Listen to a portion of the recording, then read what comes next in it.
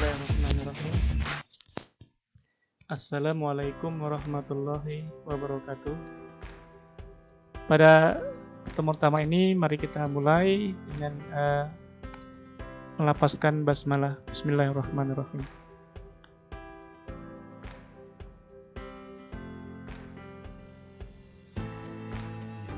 Baiklah, pada materi ini kita bahas yaitu pengertian dari perangkat lunak.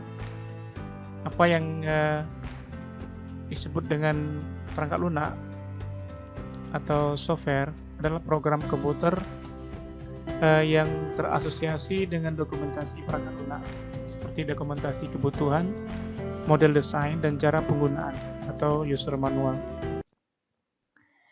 Bahwa program yang kita buat ataupun aplikasi yang kita buat, kalau misalnya aplikasi tersebut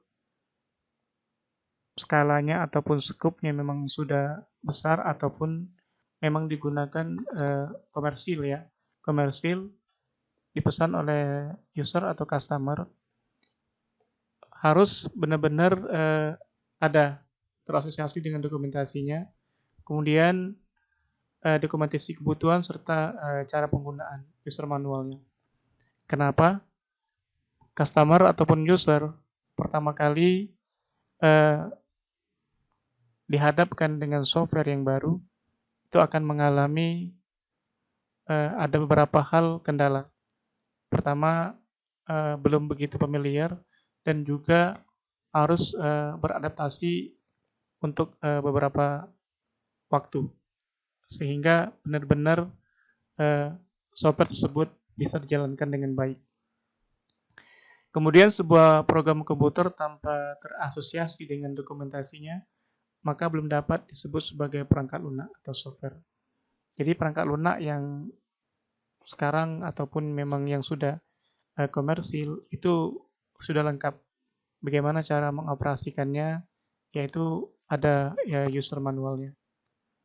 Selanjutnya, sebuah perangkat lunak juga sering disebut dengan sistem perangkat lunak, yaitu sistem berarti kumpulan komponen ya yang saling terkait dan mempunyai satu tujuan yang ingin dicapai. Jadi perangkat lunak itu terdiri dari beberapa komponen yang disebut dengan sistem ya, yaitu saling terintegrasi satu sama lain. Kenapa? Karena sistem ataupun komponen-komponen yang satu membutuhkan komponen yang lain. Kalau mereka tidak terintegrasi ataupun terhubung dengan satu yang lain, itu bukan disebut dengan sistem. Karena sistem harus mempunyai suatu keluaran. Ya. Kemudian ini ada karakter perangkat lunak sebagai berikut, yaitu perangkat lunak dibangun dengan rekayasa software engineering, bukan diproduksi secara manufaktur atau pabrikan. Jadi software yang kita buat itu beda dengan produk yang dihasilkan melalui manufaktur atau pabrikan. Kemudian perangkat lunak tidak pernah usang, wear out, karena kecacatan dalam perangkat lunak dapat diperbaiki. Di sini maksudnya bahwa kalau untuk yang barang-barang yang diproduksi secara manufaktur itu ada masanya, ada masa berlaku kemudian usang dan komponennya tidak bisa dipakai lagi untuk komponen yang baru. Akan tapi kalau perangkat lunak itu tidak ada pernah usang, jadi bisa diperbaiki untuk keperluan customer ya. Misalnya ada kebutuhan-kebutuhan yang memang memungkinkan, itu bisa diperbaiki. Kemudian barang produksi pabrikan biasanya komponen barunya akan terus diproduksi, seperti RAM, ya, VGA dan lain sebagainya. Perangkat-perangkat hardware ya, itu biasanya terus komponen itu ya terus diproduksi. Sedangkan perangkat lunak biasanya terus diperbaiki seiring bertambahnya kebutuhan dari konsumen. Kemudian ini ada aplikasi dari perangkat lunak sama sebagai berikut. Ini ada aplikasi perangkat lunak sistem atau sistem software. Ada kumpulan program, dalam hal ini program yang satu ditulis untuk mengikuti program yang lain. Jadi ada program yang memang yang independen tanpa membutuhkan program yang lain, tapi ada juga yang memang program harus membutuhkan aplikasi atau program yang lain. Tanpa ada program pendukungnya tidak bisa jalan. Contoh misalnya kalau kita ingin membuat aplikasi menggunakan PHP ya, yang memang dia membutuhkan XAMPP itu sebagai software pendukungnya ya. Kemudian perangkat lunak waktu nyata atau real time software merupakan perangkat lunak yang memonitor, menganalisis, mengontrol sesuatu yang nyata atau real time. Reaksi yang dibutuhkan pada perangkat lunak harus langsung menghasilkan respon yang diinginkan. Contoh misalnya mesin ATM, pada saat saudara melakukan transaksi di ATM, otomatis software atau aplikasi itu akan melakukan respon yang diinginkan oleh user. Jadi langsung keluar informasinya, misal jumlah uang ataupun misalnya sudah ditransfer kemana dan lain sebagainya. Atau misalnya software yang dibuat untuk memonitor kejadian ataupun bencana gunung berapi misalnya. Itu ada software yang mendeteksi bahwa akan terjadi gunung berapi. Kemudian ada perangkat lunak bisnis software. Ini ada software akuntansi, kemudian penjualan, pembayaran, penyimpanan dan atau inventory. Ini adalah bisnis software. Biasanya pengembang itu membuat suatu aplikasi tentang akuntansi, penjualan dan sebagainya. Kemudian ada perangkat lunak keperluan rekayasa dan keilmuan atau engineering and scientific software.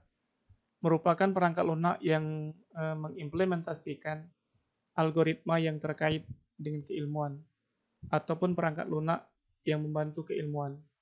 Misalnya perangkat lunak di bidang astronomi dan di bidang matematika dan lain sebagainya. Jadi ini ada perangkat lunak memang yang dibuat untuk keilmuan. Dirancang yang khusus untuk membahas suatu topik atau suatu ilmu. Dan ada perangkat lunak tambahan atau disebut dengan embedded software. Ini perangkat lunak untuk mencetak dokumen misalnya ditambahkan agar perangkat lunak yang memerlukan dapat mencetak laporan. Maka perangkat lunak untuk mencetak dokumen disebut dengan embedded software. Jadi kalau misalnya software komputer kita sudah mempunyai sistem operasinya, misalnya belum ada, pada saat kita ingin mencetak suatu lembar kerja, ternyata membutuhkan suatu embedded software pembantu, yaitu misalnya driver printer. Kemudian perangkat lunak komputer personal computer software. Nah ini perangkat lunak untuk PC, misalnya perangkat lunak processing teks, grafik dan lain sebagainya. Ya, seperti Microsoft Word, Microsoft Office ya, ataupun Photoshop, motion grafik dan lain sebagainya. Kemudian ada perangkat lunak berbasis web-based software. Merupakan perangkat lunak yang dapat diakses dengan menggunakan browser. Yang sering saudara menggunakan internet ya, itu merupakan perangkat lunak berbasis web. Kemudian perangkat lunak berintelijensia buatan. AI ya, Artificial Intelligence Software. Sekarang lagi tren ya, saudara mungkin mulai belajar tentang AI yang sekarang memang lagi dibutuhkan. Selanjutnya, perangkat lunak dibuat oleh pengembang ya, atau developer. Perangkat lunak terdiri dari dua jenis, ada produk generik dan juga ada produk pemesanan. Untuk produk generik ini sifatnya adalah open source ya, dia dibuat tanpa ada pemesanan sama sekali. Jadi misalnya saudara download misalnya Sublime Types yang open source, kemudian PHP ya ataupun XAMPP yang open source ya. Dia langsung dibuat tanpa ada yang memesan. Kemudian ini ada produk pemesanan, yaitu software yang memang dibuat apabila ada customer atau user yang memesan suatu aplikasi baru mereka akan membuat. Nah, ini adalah produk pemesanan. Sekarang lagi gencar-gencarnya ya. Setiap perusahaan ataupun instansi-instansi ataupun skala kecil membutuhkan software untuk mempermudah ataupun memperlancar proses kerja dari setiap instansi atau perusahaan tersebut. Berikutnya adalah pengertian dari rekayasa perangkat lunak. Rekayasa perangkat lunak atau software engineering merupakan pembangunan dengan menggunakan prinsip atau konsep rekayasa. Ya, menggunakan prinsip atau konsep rekayasa dengan tujuan menghasilkan perangkat lunak yang bernilai ekonomi yang dipercaya dan bekerja secara efisien menggunakan mesin. Jadi tadi ya kita lihat pengertian dari perangkat lunak ya, bahwa ini dibuat bukan melalui pabrikan ataupun manufaktur ya, sesuai dengan konsep ini, prinsip atau konsep dibuat. Kemudian pekerjaan yang terkait dengan rekayasa perangkat dapat dikategorikan menjadi 3 buah kategori umum tanpa melihat area dan aplikasi. Jadi pekerjaan yang terkait dengan rekayasa perangkat lunak dapat dikategorikan menjadi 3 buah kategori umum tanpa melihat area dari aplikasi, ukuran proyek perangkat lunak, atau kompleksitas perangkat lunak yang akan dibuat.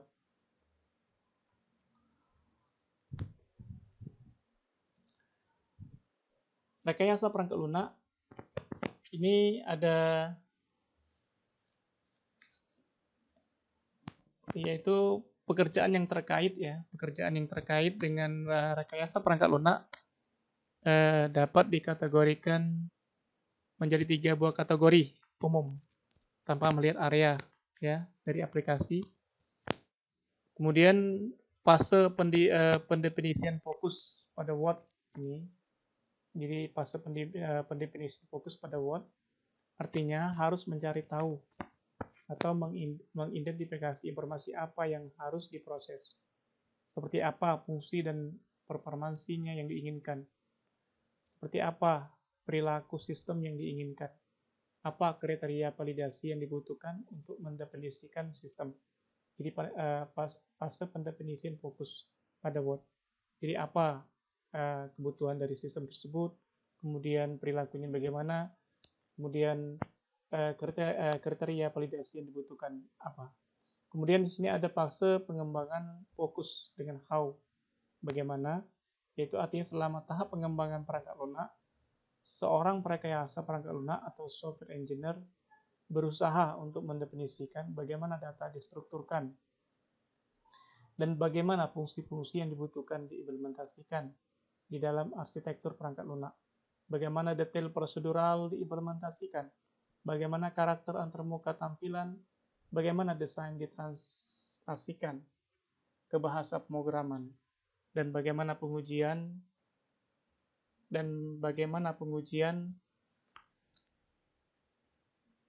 dijalankan.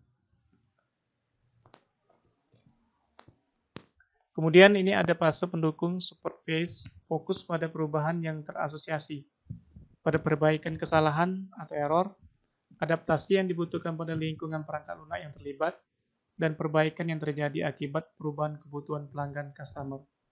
Fase pendukung terdiri dari 4 tipe perubahan antara lain, koreksi, correction, walaupun dengan jaminan kualitas yang terbaik, akan selalu ada kecacatan. Ya, jadi program yang kita buat, biarpun the best, kalau kita lihat secara sepihak ya, tapi akan ada selalu kecacatan atau keinginan pelanggan customer tidak tertangani oleh perangkat lunak. Jadi perangkat lunak yang dibuat biasanya belum memuaskan terhadap customer-nya. Jadi ada beberapa kebutuhan-kebutuhan yang biasanya ditambahkan sesuai dengan keinginan dari customer. Kemudian adaptasi atau adaptation pada saat tertentu lingkungan asli seperti CPU, sistem operasi, aturan bisnis, karakteristik produk luar. Di mana perangkat lunak dikembangkan akan mengalami perubahan. Pemeliharaan adaptasi merupakan tahap untuk memodifikasi perangkat lunak guna mengakomodasi perubahan lingkungan luar, di mana perangkat lunak dijalankan. Jadi perangkat lunak harus dikenalkan karena harus perangkat lunak yang dibuat biasanya perlu adaptasi terhadap perangkat lunak atau perangkat-perangkat keras yang ada. Biasanya belum dikenal ataupun diinstalasi ataupun kebutuhan-kebutuhan software pendukungnya. Kemudian perbaikan, enhancement, sejalan dengan digunakannya perangkat lunak, maka pelanggan, customer, atau pemakai user akan mengenali fungsi tambahan yang dapat mendatangkan manfaat. Pemeliharaan perspektif ataupun penyempurnaan melakukan ekstensi atau penambahan kebutuhan fungsional sebelumnya. Kemudian pencegahan, prevention. Keadaan perangkat lunak komputer sangat dimungkinkan untuk perubahan. Oleh karena itu, pemeliharaan pencegahan preventif atau sering disebut juga dengan rekayasa ulang sistem atau software re-engineering harus dikondisikan untuk mampu melayani kebutuhan pemakai atau user. Untuk menanggulangi hal ini, maka perangkat lunak harus dirancang dan dikondisikan untuk mengakomodasi perubahan kebutuhan yang diinginkan oleh pemakai. Di sisi lain, biasanya setelah perangkat lunak dikirimkan ke user, maka masih dibutuhkan asistensi dan help desk dari pengembang perangkat lunak. Jadi perangkat lunak yang kita buat itu masih dibutuhkan asistensinya atau pendampingan terhadap perangkat lunak tersebut, karena tidak bisa langsung dibiarkan ataupun selesai begitu saja, akan terus dipantau. Kemudian ini ada tantangan yang dihadapi di dalam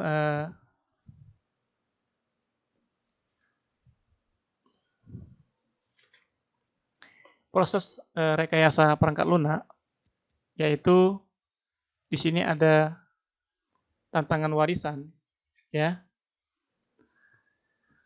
Tantangan warisan di mana perangkat lunak dikembangkan selama bertahun-tahun oleh orang-orang yang berbeda.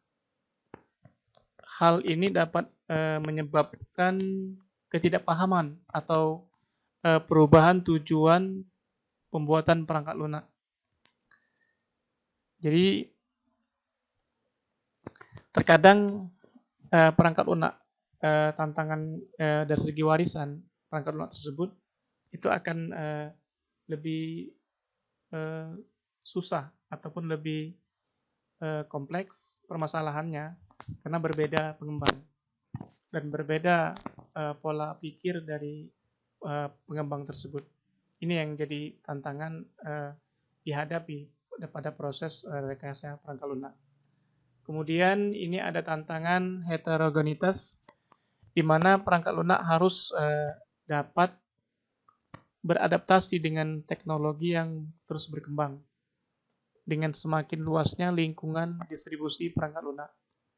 Jadi perangkat lunak yang kita buat itu harus bisa beradaptasi dengan lingkungan ataupun software ataupun perangkat-perangkat yang lain atau teknologi yang baru. Karena sering kita buat suatu perangkat lunak itu tidak bisa diinstal ataupun beradaptasi dengan sistem yang lain. Kemudian tantangan pengiriman. Pada tantangan pengiriman, bahwa perangkat lunak dengan skala besar dan kompleks sekalipun dapat sampai ke tangan pelanggan atau customer atau user dengan cepat dan kualitas tetap terjaga. Tantangan pengiriman ini harus tetap dijaga, ataupun tadi perlu ada asistensi pendampingan benar-benar sampai ke user dan benar-benar bisa berjalan dengan baik. Ini ada proses rekayasa perangkat lunak. Pada bagian ini sebenarnya ini sama seperti model waterfall ya, pengembangan perangkat lunak, yaitu ada analisis, perancangan, implementasi, dan pengujian. Kalau kita lihat dari gambar ini bahwa sebelum kita mengembangkan suatu perangkat lunak, kita harus menggunakan tahap-tahap rekayasa perangkat lunak yang baik, di mana misalnya pada saat kita ingin membuat baju yang tanpa pola dan rencana model baju yang baik, tentu harus dibutuhkan perencanaan model baju dan pembuatan pola baju yang baik. Setelah pola baju terbentuk, maka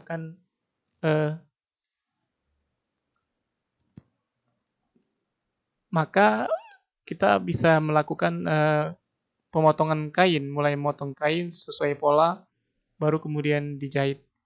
Jika baju dibuat tanpa pola, maka yang terjadi adalah baju hasil tambal sulam, ya. Jadi benar-benar itu sama seperti kita mengembangkan suatu software, ya. Tanpa model ataupun tahap-tahapan di dalam suatu merancang suatu program, itu akan di luar harapan, ya. Jadi benar-benar program yang kita buat tidak dibutuhkan oleh customer. Nah, pertama ini ada analisis, jadi kita harus menganalisis kebutuhan-kebutuhan dari software ataupun kebutuhan-kebutuhan dari customer-nya, apa saja yang harus kita buat. Kemudian setelah itu ada perancangan. Perancangan, desain-desainnya apa, gimana, misalnya bentuk tabelnya, kemudian bentuk database-nya, dan lain sebagainya. Setelah itu dilakukan implementasi. Di sini ada bisa pengkodingan ya, bisa langsung melakukan pembuatan suatu program. Setelah itu selesai dilakukan pengujian. Nah, tahap-tahap ini terus berulang-ulang sampai benar-benar program tersebut berjalan dengan baik. Ya, ini kalau kita lihat dari gambar ini adalah model waterfall. Kemudian ini ada proses rekayasa perangkat lunak secara umum. Pertama, pengumpulan spesifikasi, ini ya prosesnya. Kemudian pengembangan, setelah di pengumpulan spesifikasi, dilakukan pengembangan, kemudian dilakukan validasi, setelah itu ada evolusi. Evolusi atau evolution, mengubah perangkat lunak untuk memenuhi perubahan kebutuhan pelanggan. Kemudian ini ada hal-hal yang harus dilakukan sebelum mengembangkan perangkat lunak di lingkungan tertentu, maka harus cari tahu dulu pengetahuan lingkungan tentang teknologi informasi dan komputernya gimana, kemudian social knowledge-nya, ya pengetahuan sosialnya, kemudian local knowledge-nya, bagaimana orang-orangnya ya, kemudian pengetahuan tentang apa saja yang bisa dibatasi dan yang tidak. Ini, jadi ini adalah hal-hal yang harus dicari tahu ya pada saat kita ingin mengembangkan. Nah ini ada konversi cara kerja yang lama dan cara kerja yang baru, bahwa software yang kita buat itu harus dikonversi. Ini ada bentuk konversi paralel, sistem lama dan sistem baru. Kalau kita lihat sistem lama dari gambar ini secara berdampingan. Jadi sistem lama berjalan, sistem baru tetap ya dilakukan secara berdampingan. Kemudian kalau kita lihat konversi langsung, ini sistem lama dan lihat bentuk gambarnya, dan ini sistem baru. Jadi sistem lama dijalankan itu secara secara langsung ya, tanpa proses transisi terlebih dahulu. Ini biasanya kalau lingkungannya belum menerima, itu akan terjadi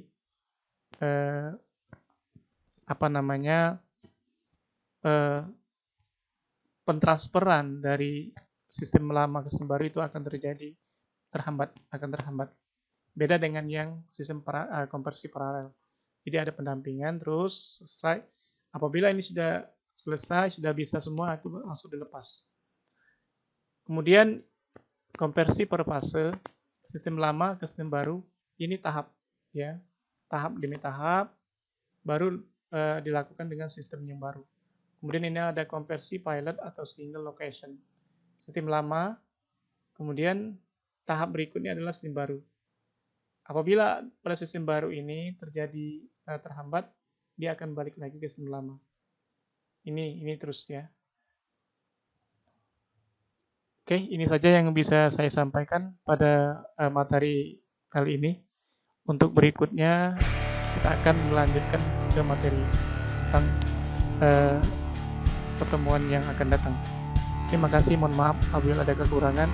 Wassalamualaikum warahmatullahi wabarakatuh.